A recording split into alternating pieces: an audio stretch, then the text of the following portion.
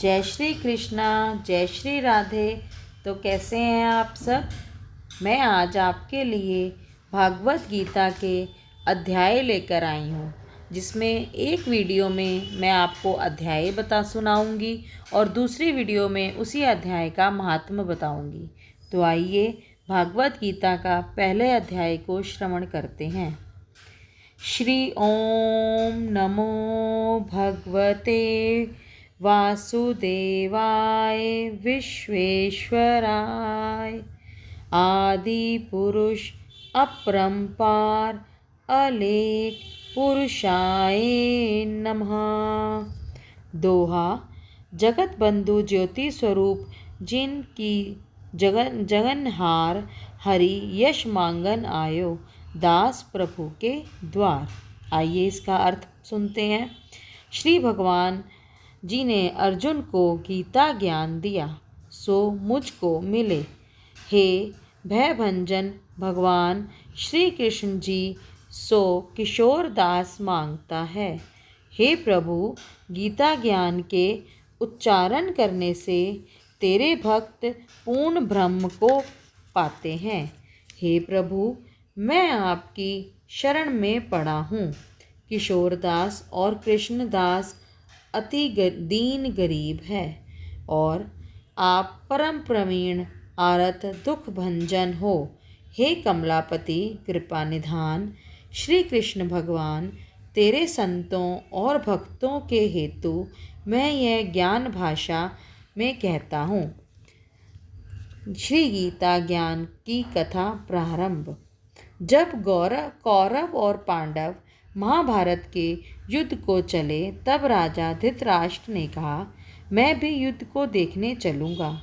तब श्री व्यास जी ने कहा, हे राजन, नेत्र के बिना क्या देखोगे? राजा धृतराष्ट्र ने कहा, प्रभु, जो देखूँगा नहीं तो श्रवण तो करूँगा। तब व्यास जी ने कहा, हे राजन, तेरा सारथी संजय जो कुछ महाभारत के युद्ध की लीला कुरुक्षेत्र में होगी सो यहाँ बैठे ही श्रवण कराएगा। व्यास जी के मुख से ऐसे वचन सुन संजय ने विनती करी, हे प्रभु, यहाँ हस्तिनापुर में बैठे कुरुक्षेत्र की लीला कैसे जानूँगा तथा राजा को किस भांति कहूँगा? तब व्यास जी ने प्रसन्न होकर संजय को यह वचन कहा, संजय, मेरी कृपा से तुझे यहाँ ही सब दिखाई देगा। व्यास जी के इतना कहते ही उसी समय संजय की दिव्य दृष्टि हो गई और बुद्धि भी उनकी दिव्य हो गई। अब आगे महाभारत का कौतुक कहते हैं, सो सुनो। 7 अक्षौहिणी सेना पांडवों की और 11 अक्षौहिणी सेना कौरवों की, यह दोनों सेना कुरुक्षेत्र में जा एकत्र हुई। धृतराष्ट्र ने पूछा, हे संजय, धर्म के क्षेत्र कुरुक्षेत्र में युद्ध की इच्छा से एकत्र हुए मेरे और पांडु के पुत्रों में क्या किया? संजय ने कहा, पांडवों की सेना को व्यूहित देखकर दुर्योधन आचार्य द्रोण के समीप जाकर कहने लगे, हे आचार्य, देखिए, आपके शिष्य बुद्धिमान ध्रुपद पुत्र ने पांडवों की बड़ी सेना की कैसी व्यूह रचना की है। इस सेना में अर्जुन, भीम जैसे बड़े बड़े धनुर्धरी, वीर विराट, महारथी द्रुपद, धृष्टकेतु, चेकितान बलवान, काशीराज, पुरुचित, कुंती भोज नरों में श्रेष्ठ शैव्य, पराक्रमी, युधामन्यु, बलवान, उत्तमोजा अभिमन्यु और द्रौपदी के पुत्र सब के सब महारथी हैं। हे ब्राह्मण श्रेष्ठ, आपके समरणार्थ अब मैं अपनी सेना के प्रधान सेनापतियों के नाम बताता हूँ। आप स्वयं भीष्म, कर्ण, युद्ध विजयी कृपाचार्य, अश्वत्थामा, विकर्ण, सोमदत्त का पुत्र भूरिश्रवा और बहुत से शूरवीर मेरे लिए प्राण देने को तैयार हैं। ये लोग शास्त्र चलाने में अति निपुण हैं और सब युद्ध विद्या में प्रवीण हैं। हमारी सेना का जिसमें भीष्म रक्षक है अपरिमित बल है और उनकी सेना जिनके भीम रक्षक हैं थोड़ा बल है। अब आप सब अपने अपने मोर्चों पर सावधान रहकर सेनापति की रक्षा कीजिए। भीष्म पितामह ने दुर्योधन को प्रसन्न करते हुए और ऊंचे स्वर से गरजते हुए शंख बजाया।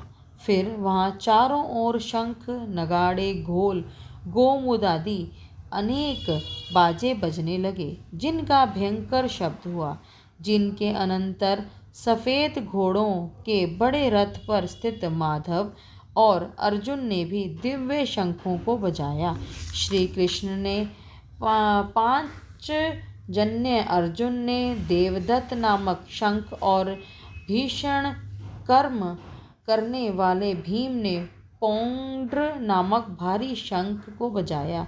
कुंती पुत्र राजा युधिष्ठिर ने अनंत विजय, नकुल ने सुघोष और सहदेव ने मणिपुष्पक और धनुर्धर काशीराज शिखंडी, धृष्टद्युम्न विराट, अपराजिता सात्यकी, राजा ध्रुपद और द्रौपदी के पांचों पुत्रों और महाभाव अभिमन्यु, इन सभी वीरों ने अपने अपने शंखों को बजाया। उन शंखों में के भारी शब्द के आकाश और पृथ्वी गूंज उठी और धृतराष्ट्र के पुत्रों के हृदय कांप उठे। हे राजन, अर्जुन ने कौरवों को युद्ध के लिए प्रस्तुत देखकर धनुष उठाकर श्री कृष्ण जी से कहा कि हे अच्युत, मेरा रथ दोनों सेनाओं के बीच में खड़ा कीजिए, जिससे मैं युद्ध करने वालों को देख लूं कि इस रणभूमि में मुझे किन किन के साथ युद्ध करना चाहिए। दुर्बुद्धि दुर्योधन की प्रीति करने वाले जो युद्ध के लिए यहाँ एकत्रित हुए हैं उनको देखूंगा। संजय ने कहा, हे राजन, अर्जुन की बात सुनकर श्री कृष्ण ने भीष्म द्रोण आदि वीरों के सामने उत्तम रथ को खड़ा करके कहा कि हे वीर, युद्ध के लिए उद्यत इन कौरवों को देख लो। अर्जुन ने चाचा, बाबा, गुरु, मामा, भाई, पुत्र, श्वशुर और स्वजनों को शस्त्रों से सुसज्जित खड़े देखा और उसके इन दोनों सेनाओं में अपने ही सब बांधवों को खड़ा देखकर नरम दयार्द हुए अत्यंत खेद के साथ यह वचन कहे, हे माधव, युद्ध की इच्छा से आए हुए इन अपने बंधुओं को देख मेरे अंग ढीले होते जाते हैं और मुख सूखा जा रहा है। मेरा शरीर बेकल होता है, रोमांच खड़े होते हैं, गांडीव हाथ से गिरा जाता है, त्वचा जली जा रही है। हे केशव, मुझ में यहाँ खड़े रहने की सामर्थ्य नहीं है। मेरा मन चक्कर खा रहा है और सब लक्षण मैं उल्टे देख रहा हूँ और संग्राम में अपने स्वजनों का वध करके कोई लाभ नहीं होगा। हे कृष्ण, मैं जीत, राज्य और सुख नहीं चाहता।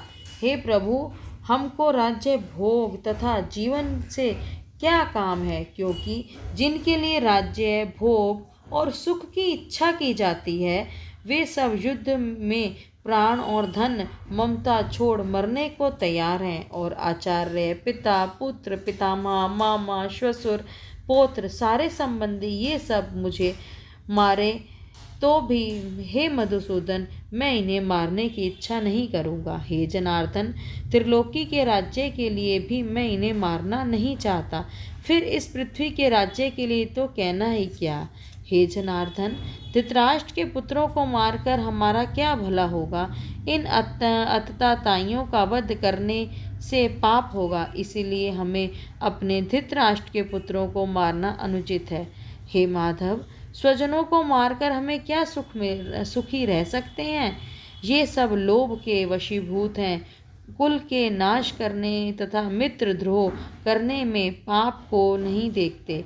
कुल नाश के दोष को जानते हुए भी हमको इस पातक में क्यों नहीं दूर जाना चाहिए। कुल का नाश कर होने से कुल के प्राचीन धर्म नष्ट हो जाते हैं, फिर धर्म नाश होने से कुल में पाप बढ़ता है। हे कृष्ण, पाप के पाप से कुल की स्त्रियां व्यभिचारिणी होती हैं, जिनमें वर्ण संकर संतान उत्पन्न होती है, और वर्ण संकर जिन पुरुषों के कुल को नष्ट किया है उनको तथा उस कुल को नरक में पहुंचाते हैं, क्योंकि श्राद्ध तर्पण आदि बंद हो जाते हैं। वर्ण संकर बनाने वाले दोषों से कुल ध्वंसकों की जाति धर्म और कुल धर्म निरंतर नाश होते हैं। हे जनार्दन, मैंने बराबर सुना है कि कुल धर्म नष्ट होने से निश्चय नरकवास करना होता है। हाय, हम बड़ा पातक करने को तैयार हैं, जो राज्य सुख के लोभ से स्वजनों को मारने की कोशिश कर रहे हैं। शस्त्रों को धारण किए हुए धृतराष्ट्र के पुत्र यदि मुझे शस्त्र रहित और उपायहीन को रणभूमि में वध कर डालें तो मेरा बहुत कल्याण हो। संजय ने कहा, हे राजन, यह सुनकर अत्यंत दुखित होकर अर्जुन ने उसी समय धनुष बाण फेंक दिया और रथ के पिछले भाग में जाकर बैठ गया। श्रीमद् भागवत कथा का इसी अध्याय का जो महात्म्य है वो मैं आपको अपनी अगली वीडियो में सुनाऊंगी। जय श्री कृष्ण, जय श्री राधे। अगर आपको मेरी ये वीडियो अच्छी लगे या पसंद आए तो आप प्लीज़ मेरे चैनल को सब्सक्राइब करें और लाइक करें। जय श्री कृष्ण, जय श्री राधे। धन्यवाद।